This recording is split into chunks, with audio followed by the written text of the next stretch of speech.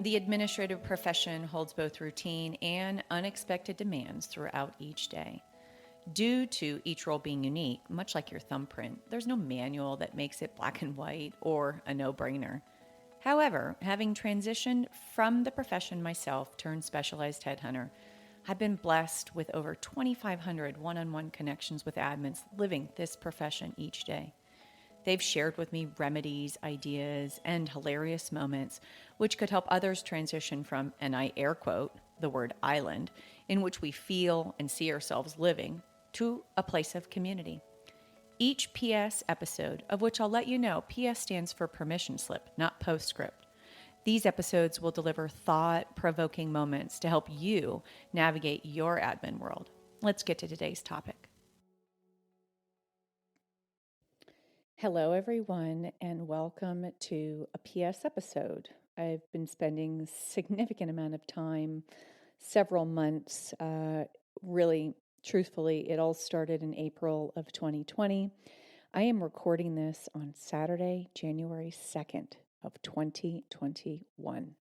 And I'm thrilled to be ready to come to the microphone and put this content and information out there for all the listeners to listen to, digest, apply, and pass on wisdom. So we're going to start with, and the episode is called Habits and Goals. We're going to start with some very simple things. For example, the definition of habit, dictionary.com. An acquired behavioral pattern regularly followed until it has become almost involuntary. For example, the habit of looking both ways before you cross the street. And now the second one, be it goals, I'll just say goal, the result or achievement toward which effort is directed. So I believe putting together habits and goals, combining them in this episode, has a lot of value for the listeners. We are also at a brand new calendar year. And when you guys hear this, it'll be at the end of the month of January. We will have started to kind of walk very lightly on what is this year going to look like? You know, what habits are we bringing from 2020? Do we have any faith in aligning goals for ourselves because of the uncertainty of what could happen? So I want to put some comfort around, yes, you can put together some goals for yourself with a different mindset shift. So we'll be going through that in just a moment. And you absolutely should totally sit down with yourself and think about what habits am I carrying from last year into this new calendar year, which essentially to me, you know, they're just days that go one after the other. But for us, we have a calendar that gives us a sense of newness. So we want to capitalize on that. So a couple things I want to start out with mentioning here at the beginning. Habits are connected to neuroscience, and there is a lot that comes with why we do what we do, why we have the habits we have, and this will be associated with you as a person, and this will be associated with you as a professional, which I view us as the whole person. And so we'll be going into one of my favorite philosophies, piling your life, putting your life up into a series of buckets. So that'll be in a little bit. Changes that seem small and unimportant at first will compound into remarkable results if you're willing to stick with them for years. Now, none of us want, at least I'm speaking for myself, none of us really want to take bad habits from 2020 into any days into the future. But I do personally, to put some personal thought for a moment, I do believe there was a lot of greatness that did come from last year. And for each of us, that greatness is defined very differently, which is also something to pay attention to. My habits are applicable to my life and how I am breaking up my life into a series of buckets. Same thing for my kids and my husband. He's also self-employed, so he has a different set of buckets and habits that apply to him, even though we all sort of share the same environment. The quality of our lives also depends on the quality of our habits. I'm going to say that one more time. The quality of our lives often depends on the quality of our habits. And I believe that that is a very huge statement, because when we get frustrated with certain things going on in our life and we're like, why is it like that? Maybe it is the habits that we have, which are very natural, which I'll get to that in just a second. But with that comment of neuroscience, it plays a big part into the cognitive and behavioral sciences of why we do what we do. We do things consciously, even though we may not like it, because it's a habit. And we have behavioral components of who we are because we have feelings and emotions. And you guys have heard me mention in past episodes, especially what is my purpose? A lot of feeling that surfaces causes a lot of reactive tendencies and it gets us in trouble. And how many times do we kick ourselves and say, oh, why did I do that? Again, it's a habit. So when we want to think about a habit and why it pops up, there's a craving for something. And it's very interesting. In all the research I did, and I've mentioned this in other episodes, I've been reading a book. Yes, it took me several months, amongst other books I was reading throughout the year, which I'm not a big reader, so it was a big accomplishment from 2020. Atomic Habits by James Clear. I'm pulling stuff from that. I'm pulling stuff also from a few neuroscience articles specific from psychologytoday.com. And so I'm just putting it all together here and spitting it out to the microphone for you guys to hear. Something called a feedback loop. We're hungry, we eat, there's a loop. One action, the hunger, causes a reaction, the food. And we do that to take care of ourselves, of course. But that simple explanation is to help you recognize the minute that you give into something, you give feedback, you create a loop. You should be able to pause and say, why did I do that? Another example based on a really interesting study done in 2014, ABC, the broadcasting company, started doing some research to how to create that great Thursday night lineup for you guys to watch. And they paired it with commercials that had popcorn, a glass of wine, and it created a feedback loop for relaxation, rest, Thursday, tomorrow's Friday. It wasn't always just about the shows that were back to back on Thursday night, the Thursday night lineup. They had teed it up with the satisfaction of relaxation, decompression, being entertained, which, gosh, we can all use a reprieve of being entertained. And then it wasn't just one show, it was 3 shows. So it was like the perfect sweet spot.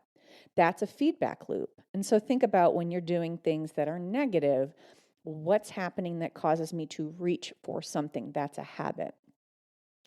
And connected with that is the influence of external stimuli and internal emotions are also for the habit. We get hurt and we cry. We get happy and we're joyful. We see something funny and we laugh.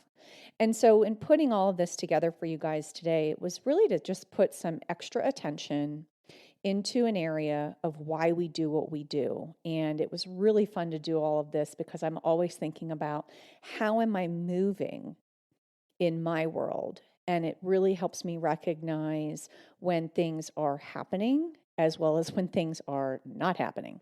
And to be very fair for all those listening, we are at the mercy sometimes of other people.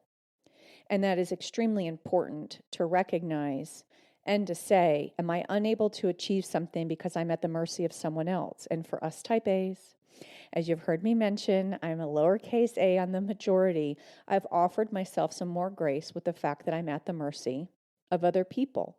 But for me and my accomplishments and what and how I want to move is awesome.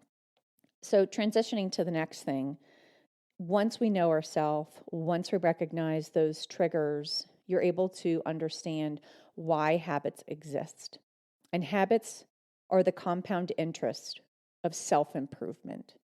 And I actually have that quote on a Post-it note on my desk because it's reminding me the triggers of habits and what am I doing. Every little habit leads to something bigger, the compound interest, and it's all towards the effort of me, which I believe for self-care, which so many people are going to continue to put focus on, doing these types of things and connecting to habits, good and bad, is self-care. Self-care is not just, and this is personal opinion, taking a bath, which is fabulous, getting your nails done, which is even more fabulous, getting your hair did, which is awesome, especially when, like me, your gray starts to show.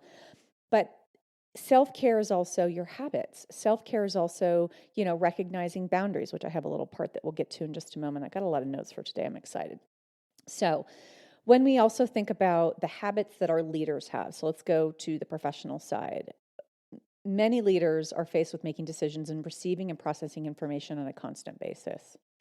It's only by making the fundamentals of life easier that you can create the mental space needed for free thinking and creativity. One of the largest takeaways from it, which goes back to the very comment, reading the definition for the word habit, something very natural. You go to the street to cross it, you look both ways. You don't even think, what do I need to do now that I've gotten to the street? It's natural. The entire purpose of the habits is to create free space in your mind to gain more knowledge. When we do things that allow us the opportunity to not have to exhaust thinking of, shoot, what do I do here? It is because it is natural to respond. And I didn't say react, respond. And so for our leaders, that is what we do. We help them buy back time. We help them free up their brain space so we can make decisions for them so they can grow their business. They can be more joyful because they've got time for workouts. They can interact with employees to create higher engagement and fulfillment. That is the wonderful piece of what we do that they get as a result of us being in their sphere. So that's something really important to think about is when you're putting in habits, and it's funny to think about the smallest habit. Do you put your right shoe on first, your left shoe? Do you have a habit of, where you store your keys, where you keep your glasses? All those things are considered habits, and they actually help us. One of the greatest examples I thought of when I was reading the book, I was like, it's really frustrating when you want to walk into the grocery store and they've changed the aisles. The habit you have of rushing to that aisle to get exactly that item, you know where it is on the shelf and it's gone, again, at the mercy of others, you have to completely change. And if you've only given yourself so much time to go in to get that and then to leave, it's so frustrating because we wanted it to go the way we wanted it to happen, which is where in my research on habits and goals, habits help us have relief. Natural habits help us feel a sense of control. Yes, I said it, a sense of control. And so when habits that are natural for us become negatively impacted by an outside source, that's where we find frustration. So our leaders not responding the way that we want them to, therefore it's causing friction for us. I think I mentioned this on one of the other episodes. I'm almost sure of it. When my executive would come back to work from being out of town and traveling, it wasn't until almost a year into that role that I was in for 4 years that I realized, shame on me for having an agenda the first day he arrives back to the office. I wanted to get my own stuff done. And I called that the day of re-entry, where I had very little expectation for my own stuff so that I could be more flexible in receiving of information upon his return so he could, share all the thoughts that he had, brainstorm with me on other things and so on. So that became then a new habit of, why do I keep getting frustrated that when he came back to the office, I couldn't get my stuff done? I couldn't get that feedback loop of having the box next to a task and checking it off. That's also speaking to my type A's who love their lists. One of the other things I discovered during my research was why we stick to certain habits, because the way that we feel and the rewards teach us which actions are worth remembering in the future. So imagine someone that makes you laugh and you've left their company. You're like, that felt good. You crave more of that. And so thinking about your personal life, maybe some relationships drain you.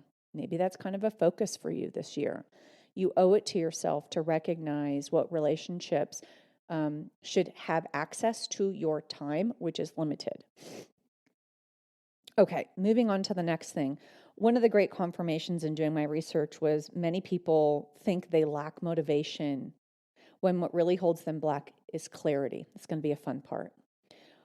What do I want? Why do I want it? And the uncertainty will then actually be rewarding outcome, puts it in a positive place. So I actually posted on LinkedIn right before, actually it was on January 1, so yesterday, what theme word should be used for the year 2021. I mentioned it before in another episode.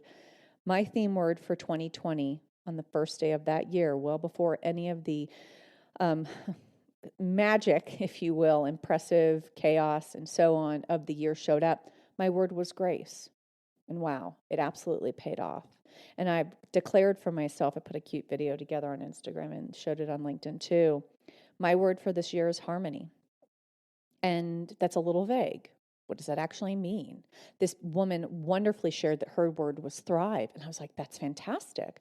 And I responded and said, what are the definitions? Now I'm paraphrasing. What are the definitions of when she achieves her theme word? So that's one of the things that holds us back, is that when we have a little bit too much vagueness connected to a habit. I want to lose weight. Well, do you want to lose 5 pounds? Do you want to lose 10 pounds? I want to be more healthy. Does that mean you have a different food lifestyle, sleeping lifestyle, meditation, yoga? When we have a general term, I think that's amazing, right? That's step one. When we want to actually have clarity on what defines that, the definition, it is absolutely on you to get so excited and so creative on what does that truly mean so that you can have a sense of satisfaction when it turns into you've achieved it. Doing this will really help you think stronger in why a habit is happening, why you want to get rid of it, and or why you want to add a new one. And how you do it is really important. And so I would highly encourage you guys to look into something called mind mapping. And so we'll just do a quick example here. So you have a blank piece of paper, and if you want to get fun and creative, grab some colored pencils, and you put a circle in the middle of the page. And you put health. And little lines beyond that are what mean, be healthy. Let's put that in the middle circle. Be healthy means better sleep, 7 hours. Be healthy means stretching every morning for 5 minutes. And line after line after line off of that center circle, those are the different things that identify what then you being healthy means. That means the stimuli from the outside of, wow, I'm not on paleo or keto like everyone else. I must not be healthy. Nope, not true. You have defined specific to you what you can actually set yourself up for success for doing. These are habits. It was really powerful to learn that in order to bring in a new habit, you must pair it with an existing habit. And I believe I spoke about this in the I Love It When episode with my girl Mo. I get up every morning and have coffee. That is 100% a habit that is always there, even when I'm on vacation. I now spend 5 minutes stretching before I actually have my cup of coffee. And when I'm out of order, I recognize like a discomfort that I haven't gone in the steps that are natural. Right foot, left foot, right foot, left foot. Very natural to walk that way. And so I committed to myself that I would do that. And I'm telling you, the way that I do that, I notice it the days I don't, where I'm like, I'm going to be rebellious and not do it today. And I realize later, I'm like, oh, I'm stiff. Or I didn't have that morning meditation time. So if you want to put a new habit into your life, match it with an existing habit. The other thing that was powerful was, and while it's extremely funny and very sad at the same time, putting a habit into your life and making it natural requires 66 consecutive days.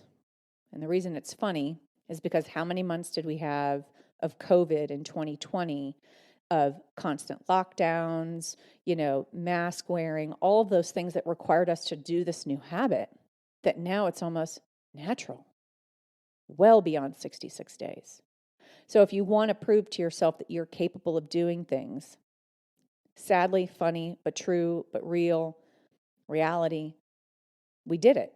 We did it. We did things that were different. So if you ever say, I don't have the time, yeah, make the time. And it will be more free-flowing than challenging to put these habits that are obviously going to be beautiful for you and the long term for yourself, with mindset, the reason why you want to do it. And that mind mapping can be fun and helpful as well. And have multiple pages, kind of like a vision board, drawing that circle on the center of them of the different things that make sense to you. And that's going to go to my buckets analogy that I use in just a moment. So thinking about pairing an old habit with a new habit that you're excited about, Maybe reading more is what you want to do. Reading more is so broad. Why not just say read, 5 articles a month, which as executive assistants, we want to think about what are our leaders going to know about? Or do they need to know about? What is my leader potentially reading or being informed? Do I need to start watching the stock market? Do I need to understand more about our industry? That is also professional development that you're bringing into your life. So yes, if read more is in the middle of your page in your circle, all those other lines help you recognize that after every quarter you look at this binder, maybe this vision board book that you've created and said, I'm doing it. Totally having a win. Moving on to some of the things that are goals that are connected with the success that comes from putting these habits into place. And maybe it was the health factor. Types of goals motivate the style in which you onboard a habit. What goals should you set when you have no idea what you want? That's a hard one. So give yourself some grace to recognize that just start small. I know for us executive assistants and high performers, type A's, we see such big picture and we've got to just jump from 1.0 to 5.0. And I've mentioned this other times too. Think about it more granular. Give yourself that flexibility. Goals can also be very personal. For example, maybe you do want to lose weight. Quarantine 15, which is kind of funny, quarantine 10 months. I worked out a lot more because I wasn't in my car doing almost 12 hours a week of commuting for kids and business stuff. What was I going to do with that time? I did read more. I did additional fitness stuff. I became in love with Pilates. And so for me, I wanted to do that for my health, not ultimately to lose weight. So what is it for you? And maybe it's lose weight because someone's got a wedding you actually get to go to or that you're in. Maybe it's because you're just realizing, like me, I'll be 42 this year. What does that look like health-wise for me? I love getting older. Don't maybe want to look the signs of my age. So how do I look a little bit younger? And, having better self-care regimen with makeup or using more mineral makeup and just all those little things that you can do. So really getting creative as it relates. Maybe it's saving money, $1 a day. Make it a savings account. I am a huge fan of the Mint app, the Mint platform for personal budgeting. We use it. I love it. It's so wonderful to see those pie charts come together at the end of every month. I did take about 5 hours on a Saturday to set everything up. 5 hours. It was so beautiful. And now I just get in the app on my phone or my iPad and I just boom, boom, boom at the first and middle of every month, just kind of looking at where are we at, what's going on. That's another great thing to think about as it relates to putting in habit. Okay, so let's talk about the buckets real quick. Life is comprised in my world as a series of buckets. I'm a wife, I'm a daughter, I'm a mom, I'm a business owner, ... And I put these buckets together and I try to recognize which bucket is overflowing, which bucket is dry. And if one bucket is dry, and let's say there's 10 buckets, and 9 are pretty good, 2/3 full. When I have a bad day, I think again about my buckets. Is this whole thing that I'm facing that's negative completely redefining me? No, it's not. Now that works for me. If you want to think about putting your life together in a series of categories that make you you, and that professional development bucket can absolutely be one of them. It could be the career bucket. Who is that? What does that look like? Professional development this year is going to be a lot for everyone. I'm reading a ton of articles as it relates to talent acquisition, and people want to know what to do. Project management will be huge. Being better with IT and technically savvy will be awesome. Using tools like Teams and Trello. Skype has gone away. At the end of, I think actually when this episode goes live, Skype is over. Teams is the dominator for that, and so on. So think about life in the sense of buckets. And when one of those is dry, maybe it's your marriage bucket, maybe it's your mom bucket. Have you been able to audit of what your expectation is? And this next statement is going to be extremely huge. Is excessive self-improvement actually negatively impacting you? When I heard that, I was like, oh my gosh. And that would definitely connect to the type A uppercase and the type A lowercase I've spoken about. I'm going to read it one more time. Is excessive self-improvement actually negatively impacting you? I had one of my really great, exceptional admins. I placed her in a role. She's in her mid 30s. She's making really great money. And her review's coming up. And I thought, where does she go comp wise? She's probably at the ceiling. And where is she going to go from here if she taps out at the top of this role? And I now have this question to present to her, not in a negative way, but to really stop and think. And if we look at it from 2021 to now, or 2020 to today, 2021, we really kind of stopped self-improvement because we were concerned about what was going on in the world. But here we are today in 2021, and we still got it. We just maybe didn't have, our badassery, as I've mentioned in a few other episodes, right in the forefront. So really think about, and maybe put that on a Post-it note or put it on every mind mapping page. Is excessive self-improvement actually negatively impacting me? And so for her, when she thinks about her growth, and this is so important for you guys, I hear this from you guys all the time. I'm not going anywhere in my job. I've hit the ceiling, and I'm thinking, you know what? And I said this to one of my sweet friends. I've been working since I was 14. So by the last quarter of 2020, I said, you know what? If my life is less busy, I'm going to be okay with that. I'm absolutely going to be okay with that, because other ways that I'm going to move myself forward is through reading, relaxation, spending time with my kids, because one day they're going to be gone out of the house. And I really embraced and said, it's going to be all right. And so if you need to hear that to give yourself a little bit more breathing room, I hope that helps you. All right, closing thought, boundaries. With habits that we have, it gives us boundaries. With goals we set for ourselves, it gives us boundaries. And so right before I clicked record, I thought I would throw in just a little bit of extra right here with this boundaries part. When you think about filling up the buckets that we talked about, what is harmony with that? Is it 2/3 full? You're going to be pleased, or does it always need to be sitting right there at the top at 100% full in all those buckets that categorize and roll up to being you or who you are? When you want to think about creating boundaries with your executive, this is a huge risk I'm going to propose, and I've told it to someone and she tried it. Took her like 2 months to really put it out there, but she did it. She sent an email in the beginning of or the middle of the day on Friday, specifying to her executive, who's a 24/7 executive, I will not be available on email this weekend, but if you have an emergency, please text me. He can still get access to her. She just made it known she's not going to do email.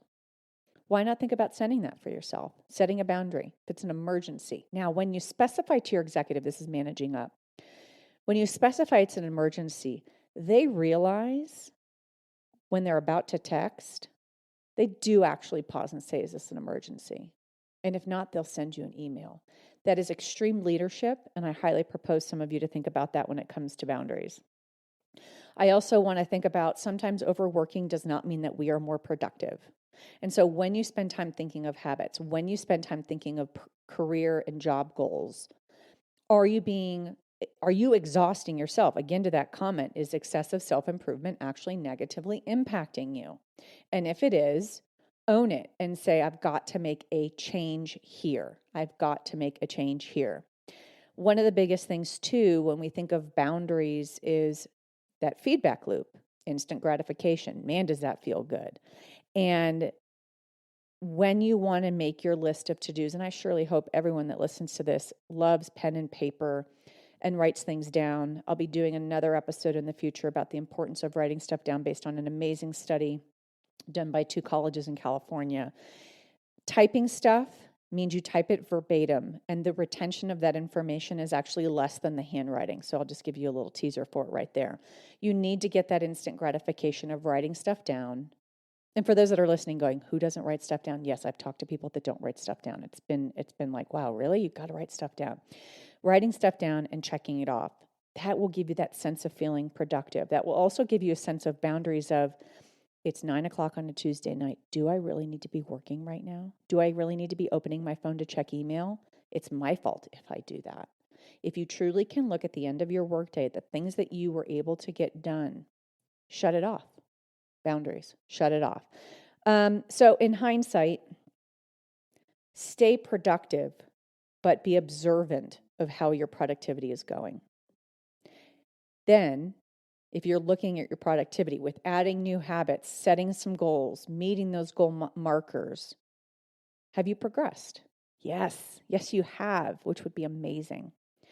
And then lastly, with what we learned last year, and as we approach this new year, can you do it? Yes, you can. There's so much I was excited to share. I really hope that you guys enjoyed as much of this as I did. I love doing this research and bringing it forward to you. And, as I was reflecting on the reason for the podcast, there's so many reasons, but one of the things, and I said this to my husband, and I'll just close here so you guys can hopefully feel what I'm feeling for all of you as I put the time and energy forward to help and inspire so many of you. A lot of the people I talk to are afraid to take risks or speak up or evolve in their career because they're lacking some form of confidence. And I strongly believe, and I do this in my workshops, that confidence is driven and produced from having a voice. If you understand something, you speak more strongly and you speak up. And so when I put these PS episodes together and I bring my research forward to you guys, is so that you have more vocabulary, more knowledge about certain topics, which give you the strength. I hope it gives you the strength to speak up, to step forward, to be stronger in your roles and in your life so that you too can realize that you're capable of so much more. Thanks, guys, for listening. Appreciate you. If you loved this episode or any of the others, I'd love to get some feedback on Apple Podcasts with a review. Thanks, guys. Take care.